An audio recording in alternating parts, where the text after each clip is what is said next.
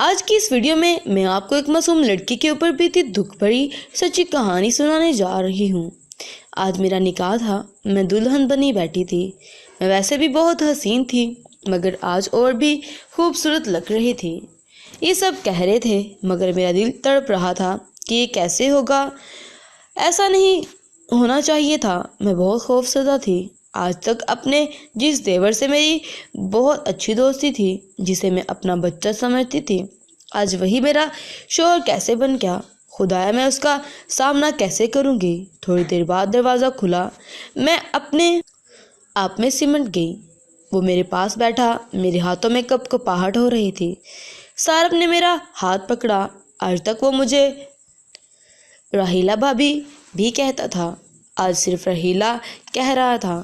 مجھے بہت برا لگا۔ میں اٹھ کر واش روم جانے لگی۔ اس نے میرا ہاتھ پکڑا۔ راحیلہ، میری بات سنے۔ میں نے اس کی بات سنی اور اسے برا بھلا کہنا شروع کر دیا۔ مجھے سارم سے گھن آ رہی تھی۔ میں نے اسے کہا کہ وہ میرے کمرے سے نکل جائے۔ وہ افسوس سے کمرے سے نکل گیا۔ میری پہلی شادی دھوم دھام سے ہوئی تھی۔ احمد نے مجھے ایک شادی میں دیکھا تھا اور وہ میرے دیوانے ہو گئے تھے۔ پھر تو ان کی ماں باپ نے میرے گھر کی دہلیز پکڑ لی اور روز آتے کہ راحیلہ کا رشتہ ہمیں دے دے۔ آخر کار یہ رشتہ قبول کر لیا گیا۔ جھٹ منگنی اور پٹ بیاہ ہو گیا، اور سارم تو جیسے میرے لیے کسی بچے کی مانی تھا۔ ہر وقت میرے آگے پیچھے گھومتا رہتا۔ جب بھی سارم کو کوئی کام ہوتا، وہ مجھ سے کہتا، میں اس کی ہر ضرورت کا خیال رکھتی۔ اور اب وہ بڑا ہو گیا تھا، تب ہی کالج جانے لگا تو کالج کے قصے بھی مجھ سے شیئر کرتا۔ پتہ نہیں چلا ہماری شادی کو 5 ماہ بیت گئے تھے۔ ایک دن میری طبیعت اچانک خراب ہو گئی تھی۔ کچھ کچن میں کھانا بناتے ہوئے میں چکرا کر گر پڑی۔ سارم جو پانی پینے آیا تھا، اس نے مجھے اٹھایا اور مجھے کمرے تک لایا۔ سارم نے احمد کو کال ملائی کہ بھائی بے حد پریشان ہیں، آپ جلدی سے آ جائیں۔ میری ساس مجھ پر دم کرنے لگی، پانی کے چھینٹے مارنے لگی۔ تب جا کر مجھے ہوش آیا۔ تب تک احمد بھی ڈاکٹر کو لے کر آ گئے تھے۔ چیک اپ کے بعد ڈاکٹر نے بتایا کہ میں امید سے ہوں۔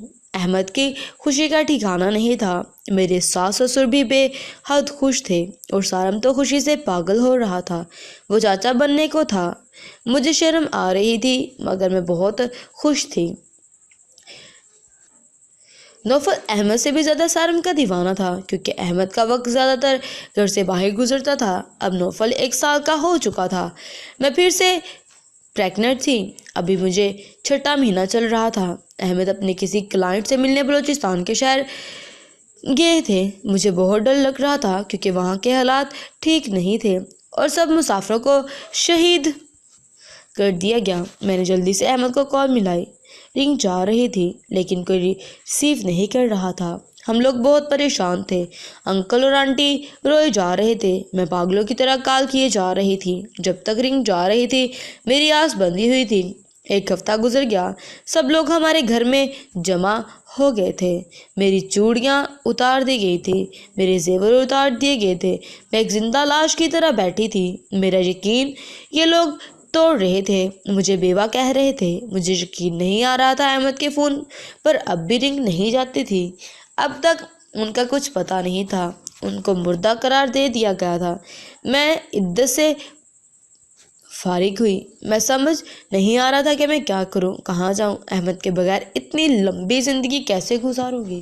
جیسے جیسے وقت گزرتا جا رہا تھا، لوگوں کی باتیں سننے میں آ رہی تھی کہ ایسی پہاڑ جیسی زندگی اکیلے کیسے گزارے گی۔ ارے کوئی اس کی شادی کیوں نہیں کرتا، اتنی خوبصورت اور کم عمر۔ کیونکہ مجھے ڈر لگ رہا تھا کہ کہیں میرے ماں باپ میری دوسری شادی ہی نہ کر دیں۔ میرے ساتھ میرے ساس سسر بھی بہت پریشان تھے۔ مجھے نہیں معلوم تھا کہ آنٹی کے دل میں کیا چل رہا ہے۔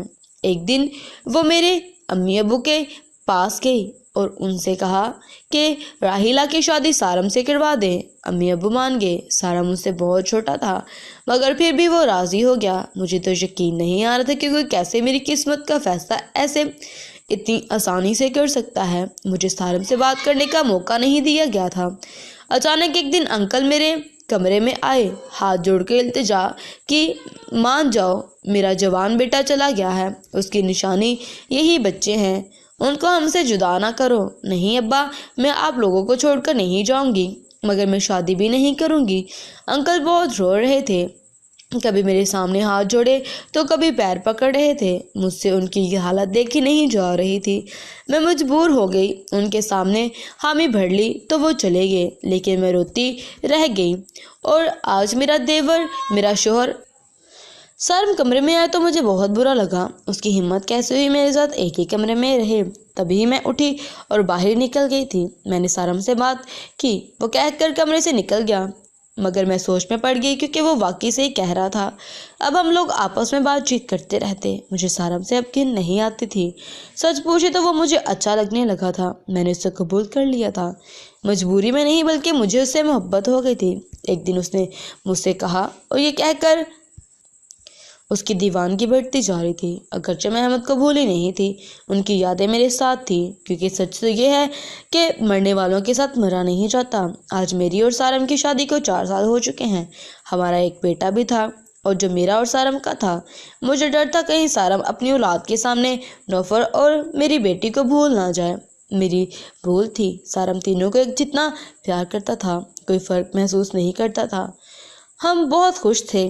آج حمزہ کی پہلی سالگرہ تھی۔ ہم کیک کاٹنے ہی والے تھے کہ بیل بجنے کی آواز آئی۔ میں نے سارم سے کہا، آپ بیٹھے، میں دیکھتی ہوں۔ جب میں نے دروازہ کھولا تو حیران رہ گئی۔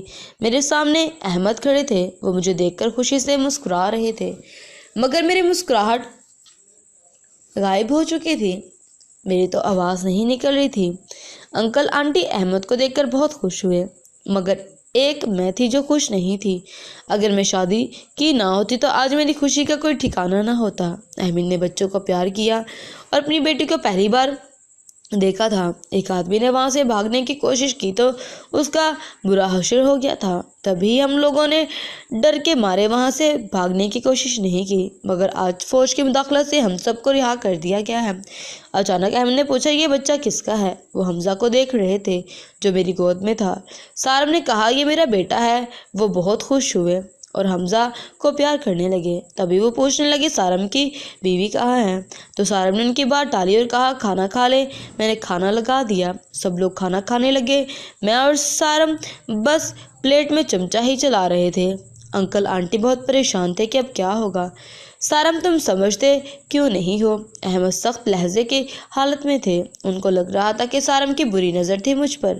تبھی اس نے مجھ سے شادی کر لی اور سارم کا گریبان پکڑتے ہوئے بولا، بھائی میں مجبور ہو گیا تھا۔ وہ بھی تیز آواز میں بولا۔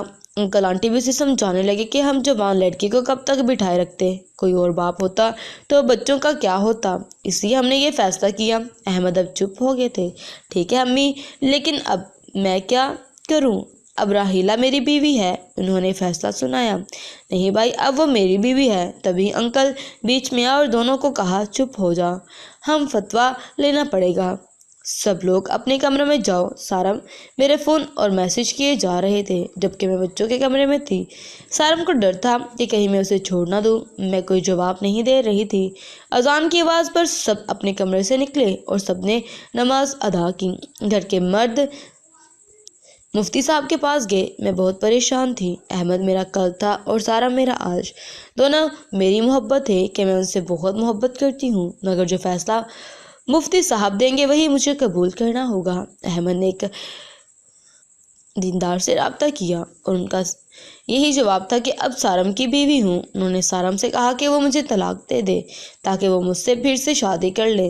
اس بات پر سارم راضی نہیں تھا۔ اب مفتی صاحب واپس آ چکے تھے۔ انہوں نے شام کا وقت دیا تھا۔ شام ہو گئی تھی، پھر وہ فتویٰ لینے کے لیے چلے گئے۔ مفتی صاحب نے کہا، دیکھیں، جب آپ 5.5 سال تک نظر نہیں آئے، نہ ہی ان کا کچھ آنے کا آسرا تھا، ایسے میں اسے مردہ مانا جاتا ہے۔ شریعت کی روح سے اتنے عرصے تک نکاح خود بخود ختم ہو جاتا ہے۔ اگر شوہر زندہ بھی ہو، بیوی سے کوئی رابطہ نہ رکھے، یعنی بیوی کو علم نہ ہو کہ وہ کہاں ہے، زندہ بھی ہے یا نہیں، تو نکاح خود ہی ختم ہو جاتا ہے۔ اب ایسا ہے کہ آپ کو بہو نے عدت گزاری ہے، پھر بھی 1 سال انتظار کیا مگر کوئی جواب نہیں ملا، تو ابھی جو نکاح ہوا وہ جائز طریقے سے ہوا۔ اب رحیلہ بیٹی اور سارا میاں بیوی ہیں اور دینی اور دنیاوی دونوں قانون آپ کو یہی فیصلہ سنائیں گے۔ وہ آ کر جیسے ہی بیٹھے احمد نے سارم سے کہا وہ مجھے طلاق دے دے۔ سبھی گھر والے حیران تھے جبکہ وہ اپنی بات پر قائم تھے اور سارا مجھے طلاق دے دو، اس بات پر ان کی بحث بڑھتی جا رہی تھی۔ وہ ہاتھا پائی پر اتر آئے۔ گھر میں طوفان برپا تھا۔ یہ دونوں جب ایک دوسرے کی جانب دیکھ رہے تھے تو میں نے ہی خود کو زخمی کر لیا، اور میں اس کی وجہ ہوں تو کیوں نہ میں ہی مر جاؤں۔ تب میں ہی بے ہوش ہو گئی۔ مجھے ہسپتال لے جایا گیا اور میرا خون بہت بہہ چکا تھا۔ جب ہوش آئے تو سارا میرے پاس تھے۔ وہ مجھے ہوش میں دیکھ کر بہت خوش ہوئے۔ میں ناراض تھی کہ مجھے کیوں بچایا، میں اس لڑائی کی وجہ ہوں، مجھے مر جانے دیا ہوتا۔ اتنے میں احمد بھی آ گئے اور اپنے کیے پر بہت شرمندہ تھے، مجھ سے معافی مانگ رہے تھے۔ میں بھی بہت روئی۔ قسمت نے ایسا لا کھڑا کر رکھا تھا۔ میں ٹھیک ہو کر گھر آئی۔ احمد نے ملک سے باہر جانے کا فیصلہ کر لیا تھا۔ اب وہ ہمارے بیچ نہیں رہتے۔ احمد نے بھی مجھ سے معافی مانگی اور جاتے جاتے میرے کمرے میں آئے تھے۔ کہنے لگے مجھے تم سے کوئی گلہ نہیں۔ وہ تھکے قدموں سے باہر جانے لگے۔ لڑائی کسی بھی مسئلے کا حل نہیں ہوتی۔ اگر آپ چیزوں کو پیار سے سلجھا لیں تو اس کا اینڈ بہتر ہی ہوتا ہے۔